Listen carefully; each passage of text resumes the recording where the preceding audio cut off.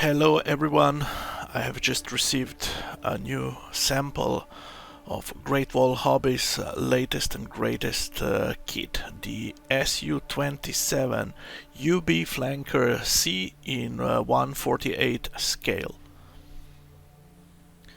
As you can see in the top left corner, Great Wall Hobby is celebrating 10th anniversary this year. Great Wall Hobby have produced in those 10 years quite a few remarkable kits.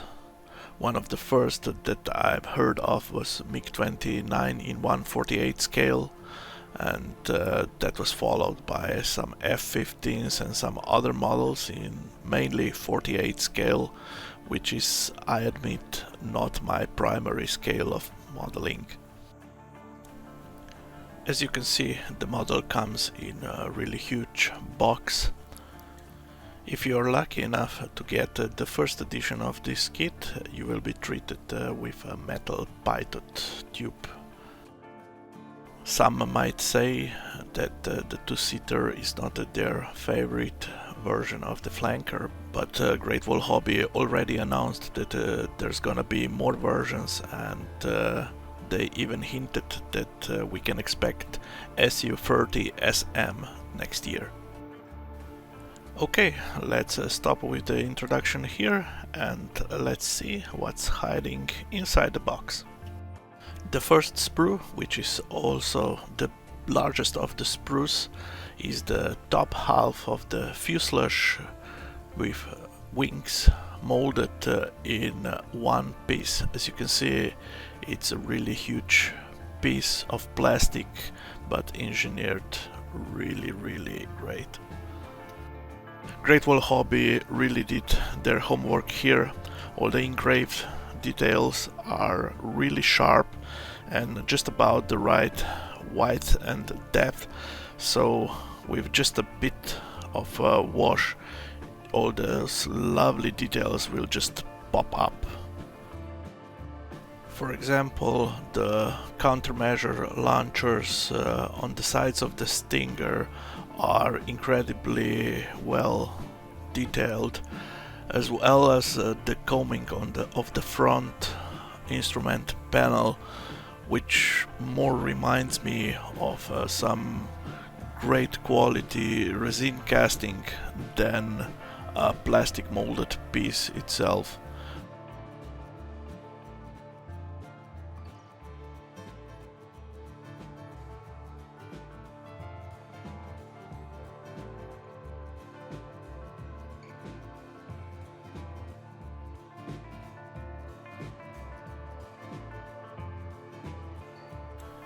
As you can see, Great Wall Hobby did a panel line on the inside of the engine bulges, which you can use as a guide for cutting up this part of the bulge. Time for the second largest sprue, and as you can see, it's a lower half of the fuselage with integrated wings similar to the top one.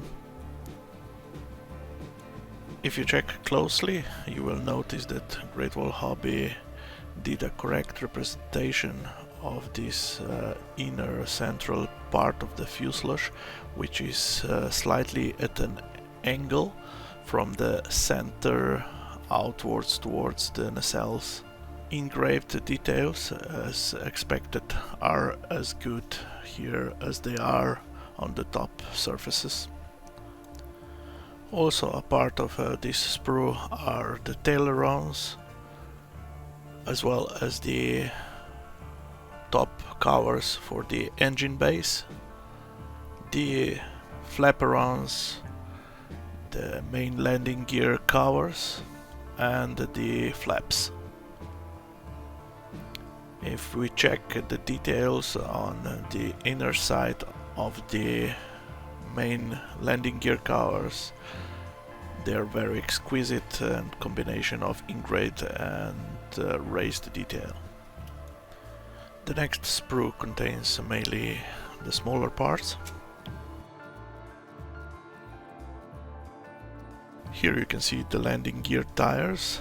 the main ones and the front one. The details are very exquisite, raised details on the sides of the tires and finely engraved frets on the top of the tires.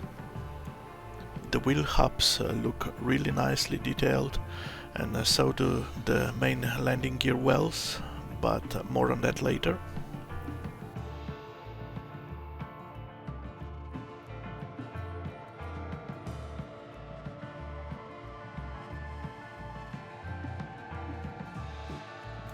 You can also find the front cockpit on this sprue, which appears to be a universal sprue to be shared with the single seater as well.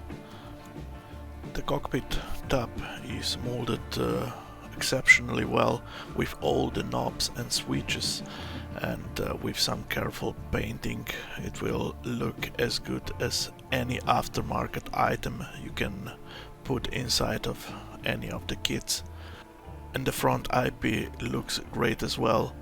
One thing I haven't noticed on any of the kits so far, the Su-27 has two map holders at the front of the top by the pilot's knees, and if you look closely you can actually see that Great Wall Hobby somehow managed to mold those map holders with the aperture at the top. On the next sprue we can find parts for the jet intakes, the stinger details, as well as the Sorptia electronic countermeasure pods. There's also flaps here and the mesh details for the inside of the jet intakes, as well as the side parts which are mounted to the jet engine intakes and are partly housing the main landing gears.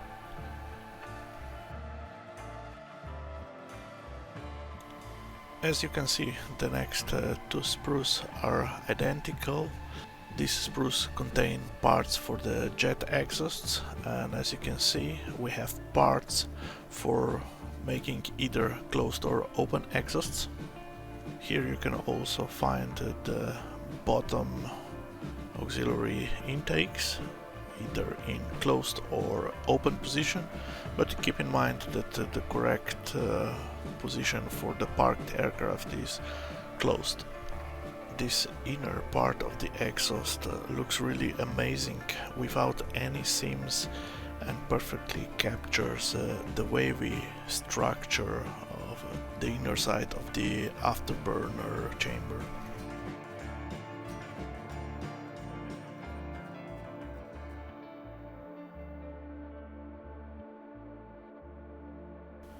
The next sprue contains front landing gear wells. There's actually two of them. One is closed with the seam down the middle of it, and the other one is open with exposed plumbing. There are also different sidewall details for both of the wells, and as you can see there are also two different front landing gear covers. This next sprue contains the tip of the stinger, which can be probably post open and houses the braking parachutes. There are also wingtip launchers, as well as the biggest parts here, the two parts that combine the air brake. You will also find here the inner parts of the canopy, including the blind flying hood construction on the top of the front part of the canopy, as well as the mirrors.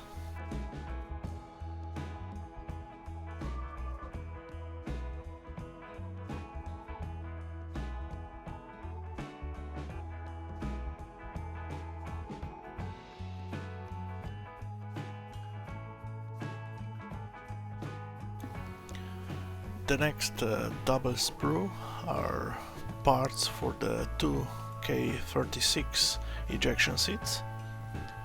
They are again made really nicely with all the side details and the ejection seat handles and whatnot.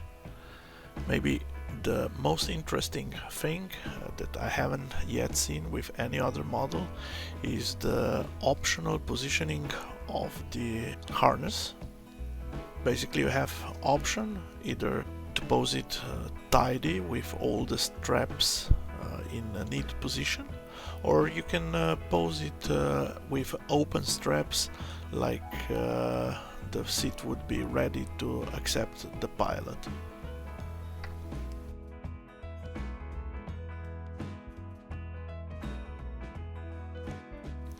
The next sprue is specific for the UB version of the kit. It contains the cockpit top, the instrument panel, the back panels, as well as the side panels. As you can imagine, it is made in the same quality fashion as the front bit. This next sprue contains plumbing for the main wheel wells. Great Wall Hobby decided to mold this separately from the main wheel wells, so you can paint it easy and just install it when everything is painted, thus making your life a bit more easier. There's also a number of different antennas present on this sprue, which are located around the nose and the tail.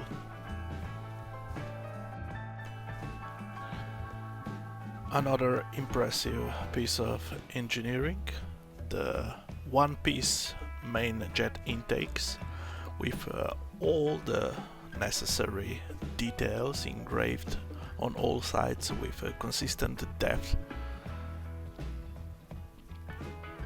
What you're gonna have to do is just send these two seam lines, which are very faint, and just a couple of swipes with a sanding stick of a fine gradient will take care of that.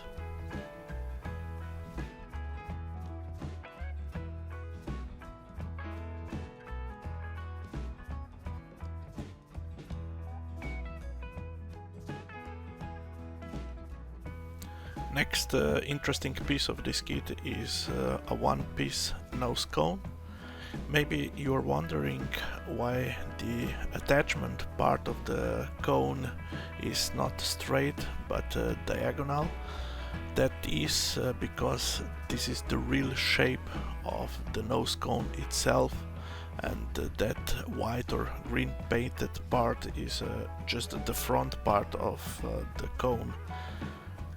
You have an option to build the nose cone open and show the radar below it.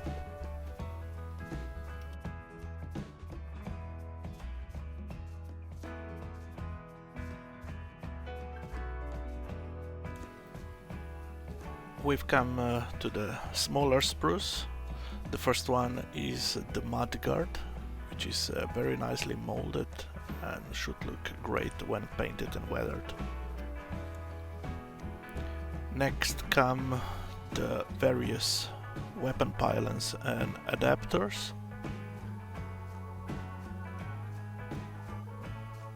As well as the double launcher pylons for the B8M unguided rocket pods.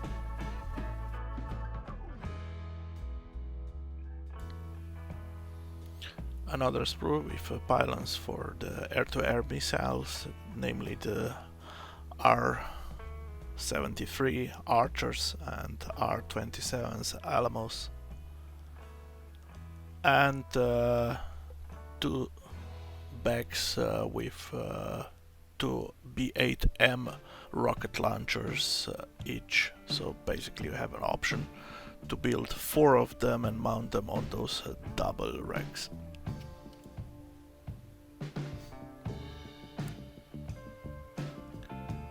This next sprue is the ejection seat railing for the back wall of the cockpit top.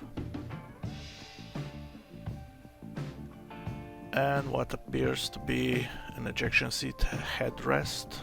Maybe it's an alternate option of the K36 that we have already seen in the kit. Let's continue with the first clear parts sprue. This one contains various lights, reflectors, head-up display, as well as the IRST bulb.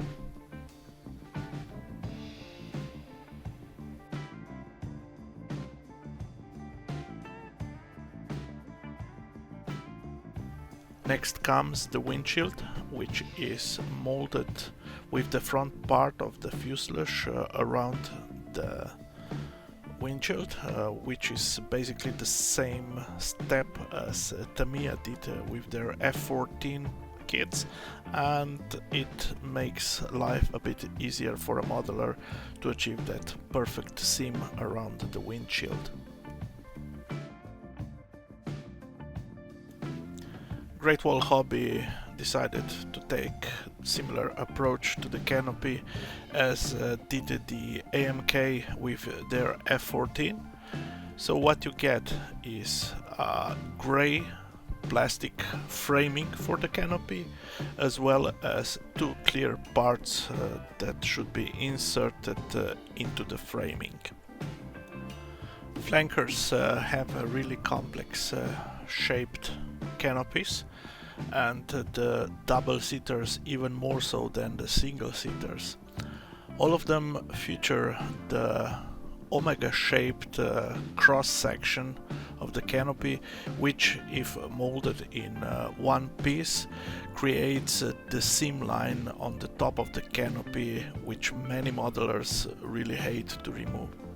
The second problem of the Flanker's canopy is that the frontal part of the canopy towards the mid-frame is getting wider and increasing in width, while from the mid-frame towards the back end it gets narrower, so it is a very complex shape which is almost impossible to achieve if the canopy would be molded in one piece only. The clear parts are crystal clear, and we will see how those two canopy pieces fit into the gray frame.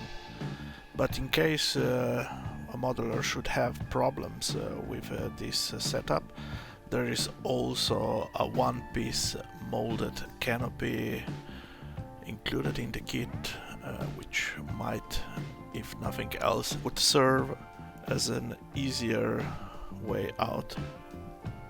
The box inside the box contains, for security reasons, the excellent one-piece molded air-to-air missiles.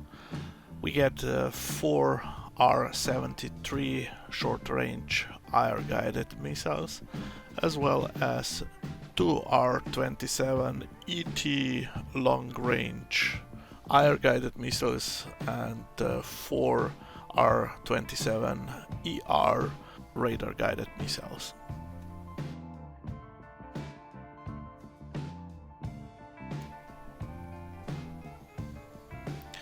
The missiles really look excellent.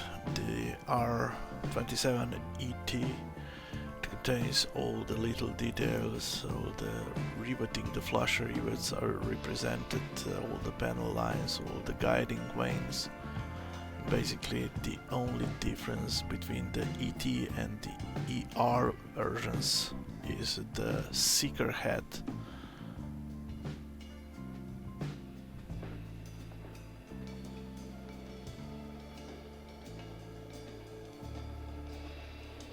R-73 is also made with attention to detail, and as you will be seeing if you are buying this kit, you will be adding photo etched guiding vanes at the front of the missile as well.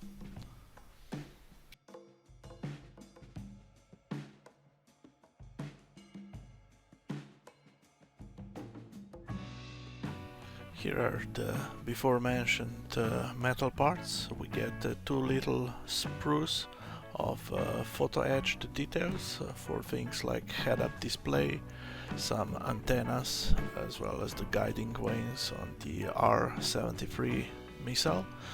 And as part of this first edition package, we get a turned metal pitot tube as well.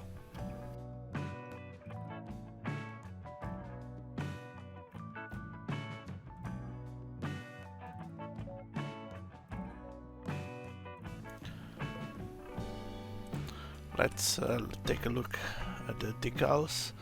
The first is the supplement of the decals for what appears to be the B-8M rocket launchers.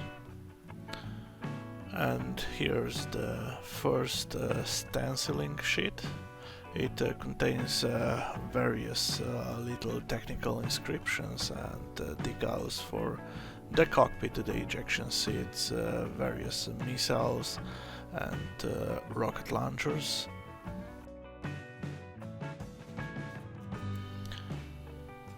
The next decal sheet is also full of stenciling, but this time mostly concentrated on the fuselage and the wings of the aircraft.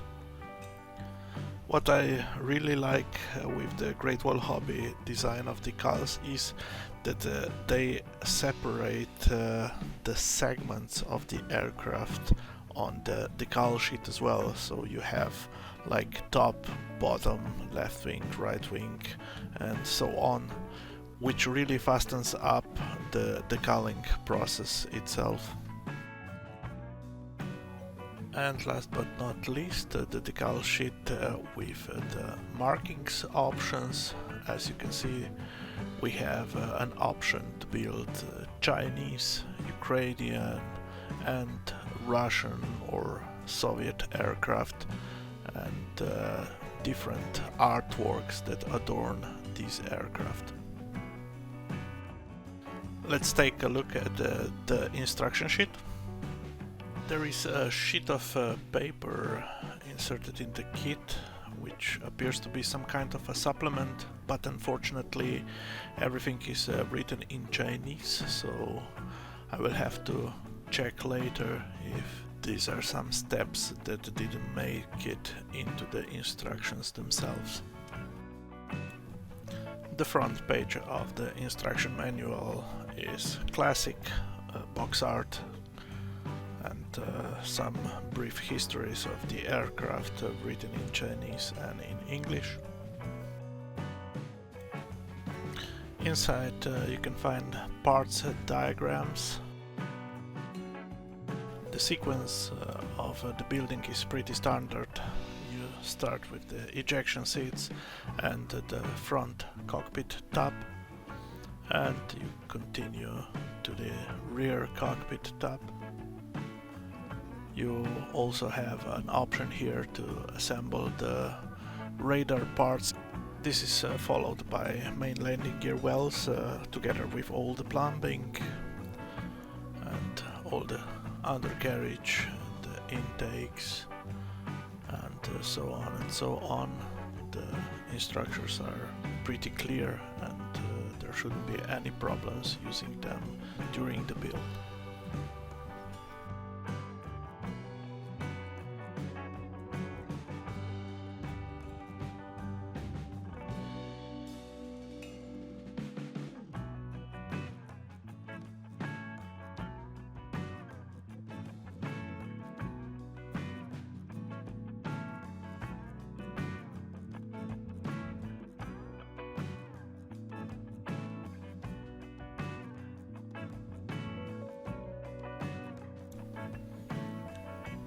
Painting instructions for the Chinese option is located inside the main instruction manual, as you can see, and is located basically between the weapon and pylon stenciling diagrams and all other stenciling diagrams, which is a bit weird, I think, and it should look better if it would come at the end, but there shouldn't be any problems because of that.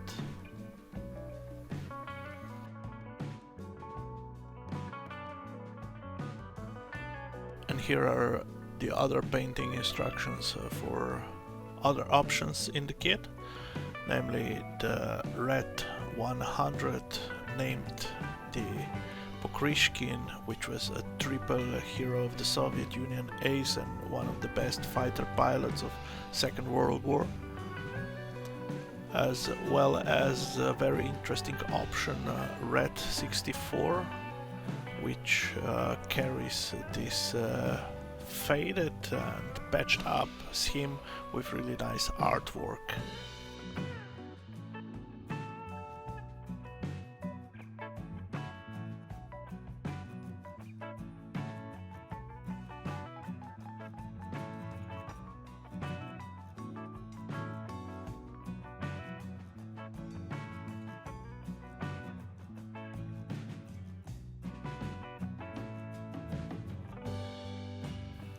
Then there is a Soviet option with the green dielectric parts.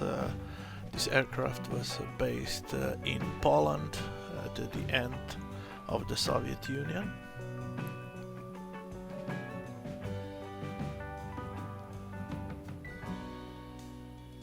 And the always interesting Ukrainian markings, this time blue and gray splinters him for the aircraft which I actually had an honor to sit in at one of the air shows. You have to be careful though, because this part on the lower part of the ailerons is not in bare metal on every aircraft, although the instructions tell you to paint it as such.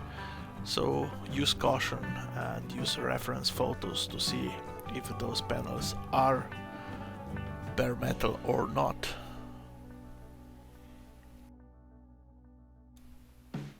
I would like to thank Great Wall Hobby and Mr. Yufei Mao for sending me this review sample. If you liked this review and would like to see this model being built, please subscribe to my YouTube channel and visit vvsmodeling.com or find VVS Modeling on Facebook and Instagram. Thank you very much and see you later.